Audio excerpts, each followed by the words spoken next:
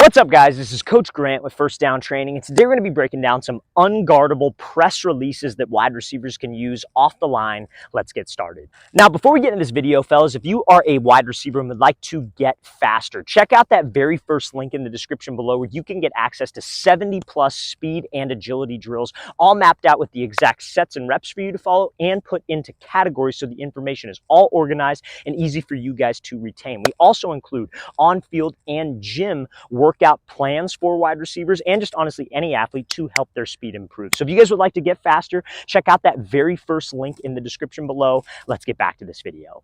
All right, guys, so this first release that we are going to be breaking down today is going to be called a slide crossover release. Now, how this video is going to go down is I'm going to break down the exact situation that you want to use this release in, explain the technique of the release, and then I'm going to show you the release full speed. So this first release, like I said, is going to be a slide crossover release. So you want to use this, and this is going to be a crossover release where you fake in or fake out and then slip back underneath. So it's an in-out crossover. So it's slide, in-out, fake. So you would want to use this if you have a DB who's lined up inside shade and you have to run a slant route, 5 yard under, 5 yard in, something where like he's inside shade press and you have to get underneath him right now. You wouldn't use this type of release, honestly, on anything but a slant or a 5 yard under because I feel it takes too long. Now, even with that being said, you would not use this release if you are a first read. So like, let's say, for example, the play concept is you have to run a slant.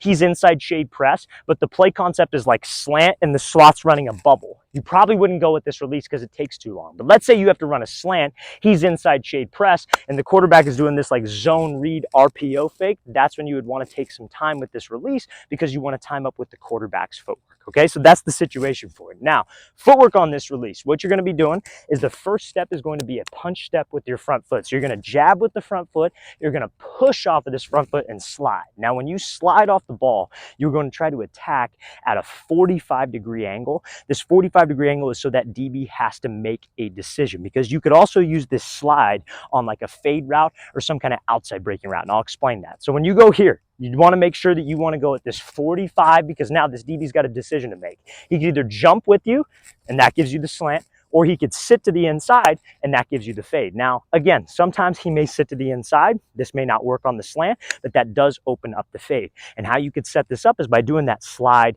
and go release, which will set up eventually the slant because that DB's seen it a few times. It's all mind game off the line of scrimmage. So again, we come off the ball at a 45-degree angle. We're here, slide. Then once this DB starts to move, we hit him with an inside fake, outside fake to slip underneath and run that slant, 5 yard under or 5 yard in. So I'm going to show you how this release is going to look full speed. That's the technique of it. That's the situation. Now here's a full speed example. All right, guys, so this next release that we're going to be going over is something called a diamond crossover release. So remember when I said that last release we discussed, that slide release with the crossover? You would only use it in certain situations where maybe you're like a later read, it's an RPO, maybe the quarterback is coming back to you backside on a 5 yard under, so we can time up with his drop. Now, what would you use if you had, an inside shade press coverage DB, had to run a slant? This release is not for a slant, but I'm building into this. So let's say he's inside shade, you're a first read on a slant, you have to run this slant route. You would attack his outside shoulder and outside hip for 3 hard steps, trying to sell like you're doing a fade.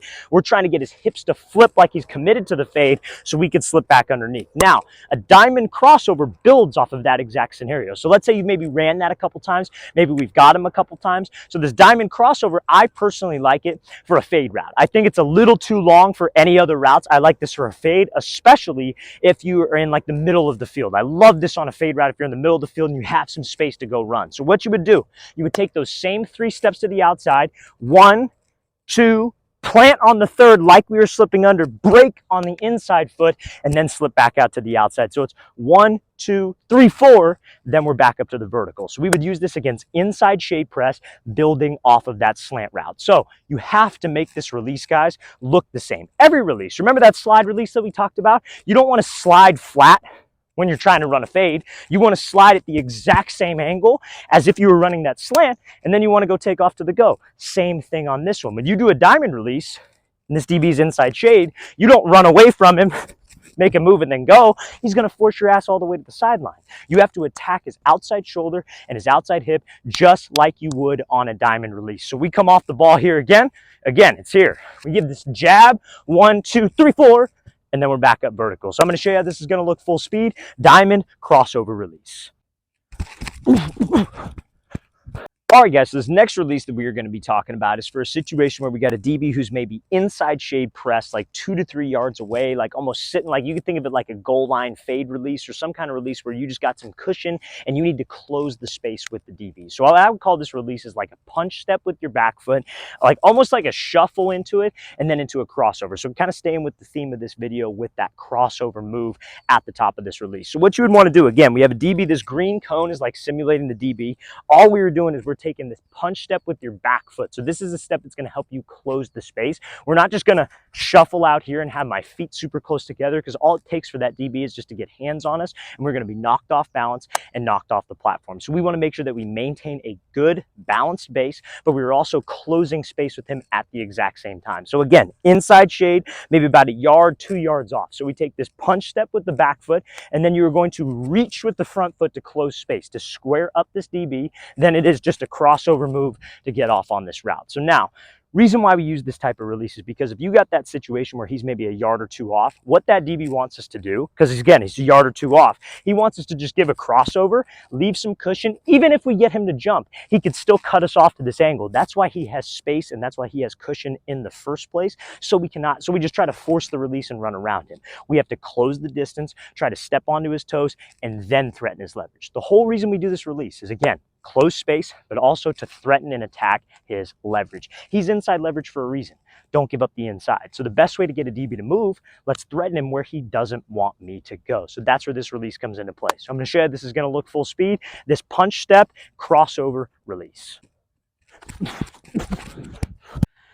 All right, guys, so this next release that we're going to be talking about is something called a hesitation skip into a crossover release. So this is just a great release to kind of throw off the tempo of a DB, and you got to make sure you use this in the right specific scenario. We do not want to use this when that DB is maybe 2 to 3 yards away. This would honestly be like a situation, I would say, on like, again, the goal line where he's got maybe about 3 to 5 yards of space, like sitting on the goal line. We know he's not going to come up, get hands. We know he's not going to backpedal. We're just simply trying to throw off his tempo. So that's the situation. Now you would want to use this again. Green cone is going to be simulating the DB. Orange cone is going to be simulating where we are. This is like we want to use this when he's head up. Could you use this if he's inside shade or outside shade? Absolutely, but I like this against head up coverage because you can really change up the tempo with this release, okay? So how the technique of this release is going to go. You're going to start out here. Left foot's going to be up. All we're doing, we're coming off the ball, set, go, 1. And then your second step is going to be the hesitation step. So you're pretty much going to be taking 2 steps with your left foot. So you come off the ball here, set, go, 1.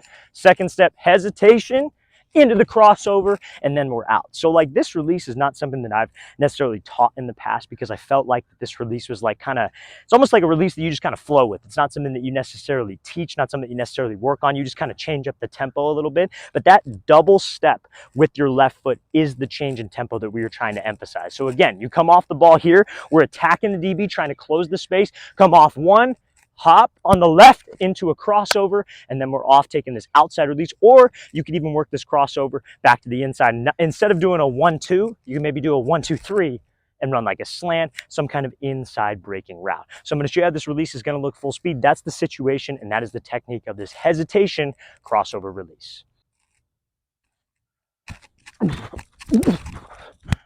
All right, guys, really want to thank you for watching. I really appreciate it. If you have any questions at all, don't hesitate to leave those in the comment section below. We always appreciate the feedback. It's always great to hear from you guys. And again, fellas, if you would like to get faster this offseason and want 75 plus speed and agility drills that you can do, check out that very first link in the description below. We'd love to get you on that, fellas. I'll see you guys next time.